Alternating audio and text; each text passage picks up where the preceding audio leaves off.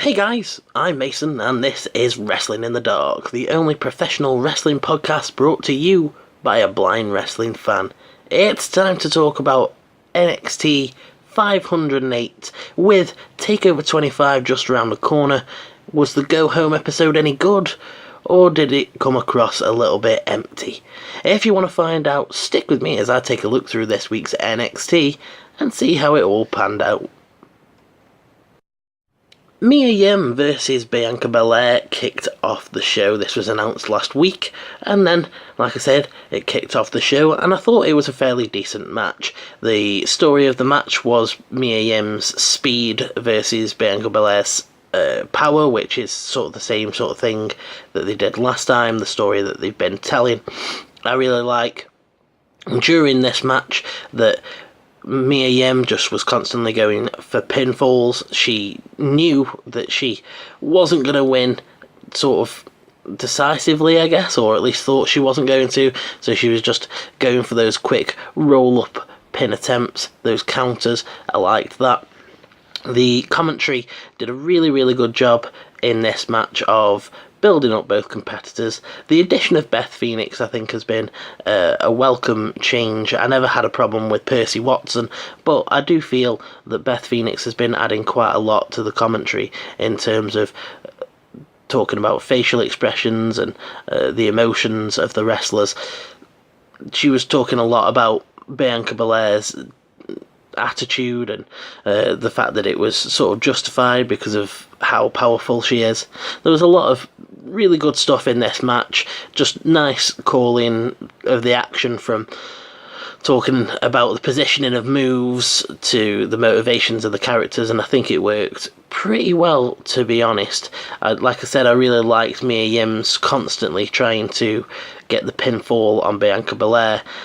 Just one of those things I wish that they'd made a little bit less of a deal as Bianca Belaire was coming out of the fact that she'd never been pinned, because again, it's something that I brought up recently in an episode, but when you say things like that, it just advertises what's going to happen, and I was sort of expecting Mia Yim to get the win at the end of this.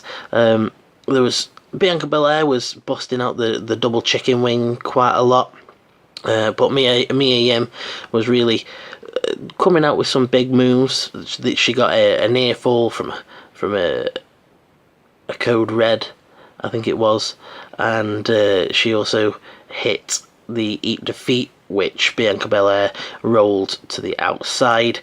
While they were outside, there was a little bit of a lazy call where Bianca, quote unquote, wiped out Mia Yim at ringside, and then Beth Phoenix sort of expanded on it a little bit, and she said that she slammed Mia Yim on the apron, and I was like, okay, I get it, you don't need to tell me everything, but if it's gonna be one of the main points of the match, where you're gonna do the big count out spot next, and act like Mia Yim might lose the match through count out, then you need to tell me what happens, because that's an important part of the match. But at the end, Mia Yim hit the protect your neck. Again, something that I wish that commentary would do would be to tell you what the moves actually are, because I'm not sure. But she hit the protect your neck and got the win, and I've got really no complaints about it. I didn't think it was a groundbreaking must-see match, but it was a decent start to the show, and both women looked good coming out of it. I gave it it's sort of hard to rate this sort of match, because I don't think that it was bad, but I don't think that you needed it on the show either. But then I think that for most things on this week's episode, I'll give it a low 4 out of 6. It was a fairly interesting match. I actually did enjoy the commentary, and there was some nice spots. And to be fair, I am looking forward to seeing Mia Yim be built up a little bit more. So yeah, a low 4 out of 6, but a nice way to start the show. Before I move on to the next part of the show, I just took a look at my notes there between these parts, and it was a code Yim, not a code red, but the probably the same move, I'm guessing. Anyway, moving on. The next segment was a Tyler Breeze Velveteen Dream video package, although it was mostly a Velveteen Dream. It was a really nice video package though. Velveteen Dream was talking about remembering Tyler Breeze. He said he remembered Tyler Breeze, and it was interlaced with all of these shots of NXT Tyler Breeze with the Breeze is gorgeous and the Prince pretty gimmick, and splicing in a few of his promo bits. And then he started talking about not being able to hack it on the main roster and coming back to NXT and demanding the spotlight. But he says he asked Tyler Breeze if he remembers the spotlight because it seems to be a little bit hot for him now. Called him a grade B version of the Velveteen Dream. I just thought that this video package just summed up exactly why this feud works. Now, I wish that Breeze had got a little bit more in this video package, because he said a few things, but he didn't really say anything of substance, especially considering that Velveteen Dream was like really laying into him. But I thought it was a really nice video package. The Dream cut a really good promo on Breeze, and it's probably my favourite part of the show. Like I said, I think it would be probably a 6 out of 6 video package if Tyler Breeze had a little bit more. But goddamn, am I excited for this match at Takeover, and I really hope it gets extended past that, because I just think this feud works really well. Next up, Shayna Baszler was asked by the roaming backstage cameramen if she was afraid that Io Shirai would unload on her with a kendo stick at NXT TakeOver 25, and Baszler just sort of laughed it off and said that at TakeOver, Io won't be able to use a kendo stick and she's fast out of friends, which Baszler still has, and then walks away. Really nice touch that really made me laugh was one of the horsewomen just like being like nosy. It just really made me laugh. Then we had Drew Gulak versus Kushida, which in my opinion should have been the main event of the show.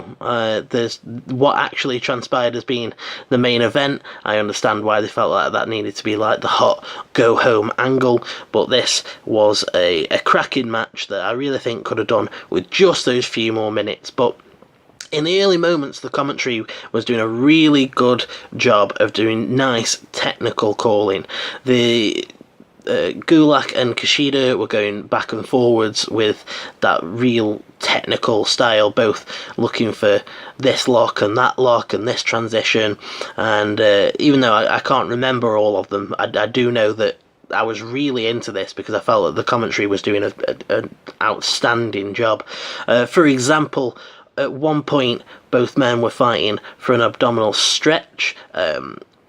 Kushida managed to lock in the octopus, and Beth Phoenix was really playing up that Kush had got his elbow dug nice and deep into the ribs of Gulak, and I thought that was a really nice call. There was a sequence that I really liked too when they were fighting in the corner. I think it started with some sort of nip up, and it sort of ended with each of them sort of going for submissions. Kushida started locking in the armbar. Drew just kept escaping. Kush kept locking it back on. Drew kept escaping, and it was just really nice, to be honest, seeing these two just go at it, go back and forth, really be sort of evenly matched. It made them both look really good in terms of I thought they both looked really good because they had to try so hard. At one point, they were both trying for submissions. I think it might have been during the abdominal stretch spot, and they were just screaming. They were like proper guttural screams of effort trying to lock the submission in, and the crowd, like, it resonated that much with the crowd that they started doing the screaming along with them, and I thought that was a really nice part of the match that they can't really have planned for. Like, obviously, I don't know if the wrestlers were, whether they were signalling for them to scream with them or not, but it seemed like a nice, just added bonus, I guess, to a spot that they'd already planned out. There was a lot of Kush looking for the hoverboard lock, but Drew Gulak just kept blocking, puts over his technical experience, his submission expertise, and I thought that was really nice. And then at the finish of the match, Kushida hit a flatliner, which I think Nigel McGuinness called as a face-first flatliner, and got the win. And I thought it was a really, really nice match. It was genuinely, for those few minutes that this match was going on, I was really drawn into it. I thought that the commentary did a really, really cracking job, and because of that, I was just totally drawn in by it. And I really do think it was a strong 4 out of 6 match. That if they'd have just given it that little bit more time, I really think that it could have been a solid 5. But yeah, as it was, I think it should have been the main event. I thought it made both men look extremely good, but also well matched. Made me want to see more from them. A takeover match at some point between these two seems like it'd be fantastic. So yeah, Drew Gulak versus Kushida got a strong 4 out of 6 that I wanted to give 5, but didn't quite feel comfortable. A backstage interviewer asked Io Shirai about what Shayna Baszler said, and Io said she doesn't need a kendo stick or friends to beat up on Shayna, and she's looking forward to getting her hands on her at Takeover, and starts cutting a promo in Japanese. Candice LeRae comes over, she's like, "I'm sorry to interrupt, but thanks for having my back last week, and it means a lot. I've got your back at Takeover." And Io sort of answered back with a, 3 out of 6, thank you. It's like, thanks Candice, that's nice. It just really didn't. It seemed like she was like, yeah, I was saying something then, you just completely interrupted me. I don't care if you got my back. So I was a little bit surprised by that. I was expecting her to be quite happy about it, but she really just didn't seem that bothered. But that was that. And then the main event, which in my opinion should have been where Gulak versus Kushida was Danny Burch and Oney Lorcan versus the Forgotten Sons. Wasn't really a match. It went a few minutes. Jackson Riker kept trying to get involved. Eventually, the ref sent him to the back. The confusion of that brought out the Street Profits. They came down, started attacking the two teams in the ring. Then Cole and Strong came down, which caused the distraction and allowed for Fish and O'Reilly to come down. And in the end, Undisputed Era stood tall. They hit sort of a battering ram type move on Jackson Riker, which laid him out, and then sort of slammed the ladder onto him. They really played up Jackson Riker in this little segment, in my opinion, as probably one of the most dangerous men in the match. They really had to try to put him down and keep him down. I was really surprised and shocked that Undisputed Era stood tall at the end of this, but it was Cole that was on the mic, so maybe my prediction won't be messed up as much, with standing tall maths. I'm not really sure what I thought of this segment. I understand that they wanted that big go home segment, big tag team brawl to make the belts feel important, but I don't know, when you've got a match like Gulak versus Kushida, I just don't see why you didn't put this in the middle of the show and then have Kushida winning be the thing that sort of takes you away. Like I said, yeah, it's just because they wanted to do the go home thing and have Adam Cole standing at the top of the ladder, which again I only really know from recaps and stuff like that, because commentary doesn't say that sort of thing, and I do wish they would. Just Cole's going up the ladder, he's not even in the match at Takeover, so what's he doing? But yeah, they wanted that lasting image to be Cole at the top of the ladder cutting the promo. So yeah, I thought it was a 4 out of 6 segment. It achieved what it set out to do. But other than that, I wasn't that interested. I didn't think it was that great. So all in all, this was it was about a 4 out of 6 NXT. It's just one of those NXT episodes that sort of average what you expect from NXT. It had a little bit of good wrestling. There was some decent promos. The only thing I really missed out was the Adam Cole versus Johnny Gargano video package.